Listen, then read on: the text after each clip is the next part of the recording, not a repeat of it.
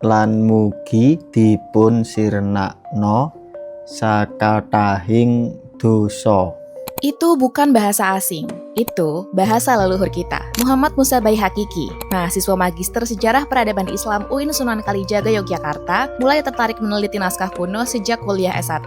Ketertarikannya bukan berasal dari bangku kuliah semata, melainkan dari sebuah pertanyaan sederhana yang muncul dari nasihat orang tuanya tentang bibit, bebet, dan bobot dalam mencari pasangan. Tapi, tidak banyak yang tahu, sebagian nasihat itu sudah ditulis dalam naskah kuno ratusan tahun lalu. Jadi kalau mencari jodoh itu harus mempertimbangkan bobot, bibit, bebet. Nah itu. Saya bingung, ini sumbernya dari mana gitu.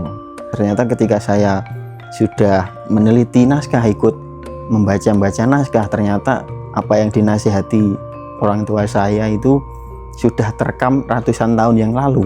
Jadi sudah jadi ilmu yang diwariskan dari leluhur kita, dan itu ada sumbernya gitu. Tidak hanya sekedar omong kosong belaka gitu. Jadi serat Warayaknya itu ditulis sekitar tahun 1850-an, kalau nggak salah 58, ditulis oleh Mangkunegara keempat. Rasa penasaran itu membuat Hakiki belajar membaca aksara kuno, bahkan di luar perkuliahan. Ia mengikuti pelatihan, bergabung dengan komunitas, hingga meneliti berbagai naskah yang tersimpan di sejumlah perpustakaan dan lembaga budaya. Di UIN Sunan Kalijaga sendiri, tersedia koleksi naskah asli maupun salinan, yang menjadi sumber pembelajaran dan penelitian bagi mahasiswa. Bagi Hakiki, naskah kuno bukan sekedar benda lama. Di dalamnya tersimpan jejak cara berpikir, nilai hidup, dan pengetahuan yang masih bisa dipahami dalam konteks masa kini.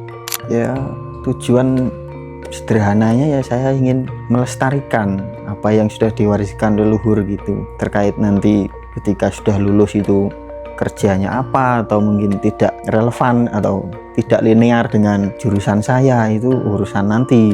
Karena memang sudah minat di aksara atau naskah ini. Tertarik mempelajari naskah kuno lebih dalam? Di program Magister Sejarah Peradaban Islam UIN Sunan Kalijaga Yogyakarta, kajian naskah menjadi bagian yang dekat dengan proses pembelajaran. Melalui berbagai mata kuliah, mahasiswa diajak mengenal aksara, manuskrip, dan jejak sejarah yang tersimpan di dalamnya.